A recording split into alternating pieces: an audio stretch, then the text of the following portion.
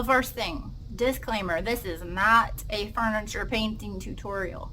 I do not have the chops, I don't have the skills, so this is just a little tiny flip I did among friends, right? So I just thought it turned out kind of cute and I wanted to share, so hope you enjoy it. One, two, three.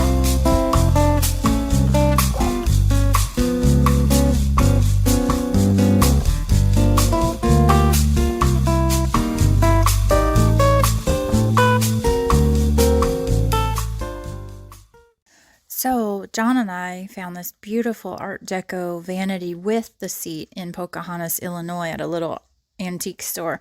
I was really excited to find the seat as well because as I got online and was researching it before I went ahead and bought it, I saw that it is very rare that the seat is still with the vanity. So I was excited about that. And so here I am painting with Jolie paint. I'm using the color Legacy. And I just love chalk paint. I like how it goes on. I love furniture artists like Christina Mascari and Bella Renovare and Salvage by Kate Scott too. Those ladies are amazing. And so I've learned a lot by watching them. And yeah, sometimes as an oil painter painting works of art, so to speak, it's so much fun just to slap paint on a piece of furniture. So I started out cleaning it with TSP and let it dry, and then I painted it with the Jolie paint, and then I used my favorite furniture wax, Wise Old Owl, and the scent Tobacco Flower. My dear friend Nancy, Renee's mom, told me about that. Both of them are gifted furniture artists, and so they were good to let me know that's what they use. So the piece will smell so good in my bedroom after it's done.